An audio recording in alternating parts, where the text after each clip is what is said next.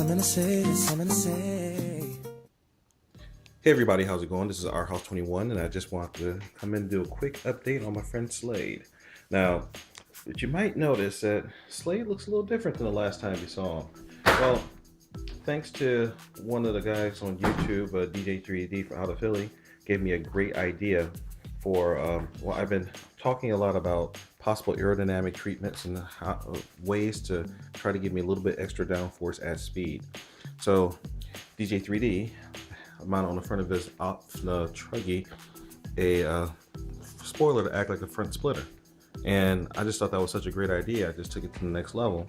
So here you have a couple of e-Revo spoilers, and on the back here you have the e-Revo spoiler mount, which I was able to mount successfully to my wheelie bar and keep the adjustability intact. As you see, I've got my resurrected practice Jacob foam slicks on, just to go ahead and shake out the car, do some tuning.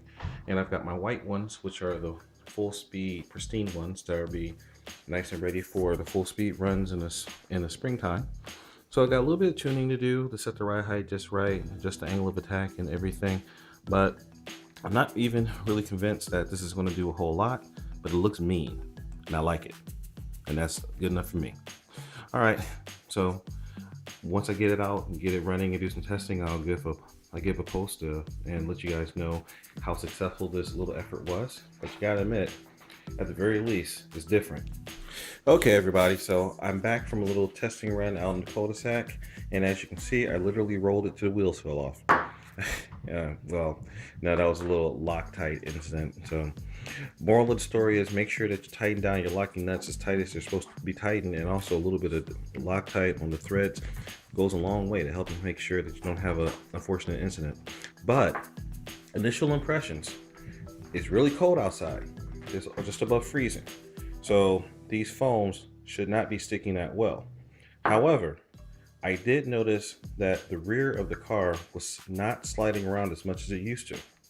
So that could just be a fact, or it could just be a result of the fact that I have this big heavy spoiler putting a lot more weight over the rear axle now, which is a good thing. Or it could be that I actually am getting a little bit of downforce. Now, again, I've worked in the math before, and I should not be getting a very large impact for the aerodynamic downforce, at the speeds I was doing in the cul-de-sac. However, after thinking about it a little bit more, this is a lot of weight over the rear axle. It does shift the center of gravity back a little bit, but it balances out a little with the weight over the front. So I think that just overall having more weight over the rear axle is helping it out. It's definitely sticking better than it was before. So I'm looking forward to the spring when it warms up a little bit, so these tires will actually grip properly, and I'll be able to see what this thing can really do. So, again, and you guys should already know this, but the warmer it is, the better tires stick. I could go out and try to do some cold speed runs, some cold weather speed runs, but it's not going to end very well, because ultimately this motor's putting out more traction than the tires can handle in the warm weather. In the cold weather, it's going to be that much worse. However, I am optimistic now with just the short testing run with the new configuration. So we're going to have to see what it does, like I said, when the weather gets a little bit warmer, when I get some heat into here, and I also add some more weight down to counterbalance the whole chassis. So it's going to be a really fun spring. So again, remember, get out there, fly, fix, fly, take it, break it, fix it, do it all over again. Our House 21 signing off, and I'll see you guys next time.